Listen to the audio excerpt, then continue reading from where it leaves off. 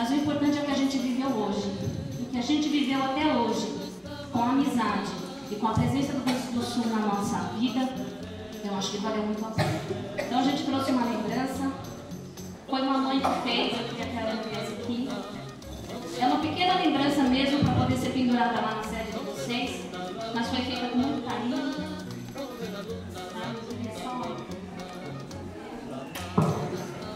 E é aquilo, a gente além de parabenizar, a gente só tem a agradecer. Eu queria realmente dizer muito obrigada ao Deus do Sul pela participação que teve nas nossas atividades e com a ajuda que teve, nos ajudou até hoje.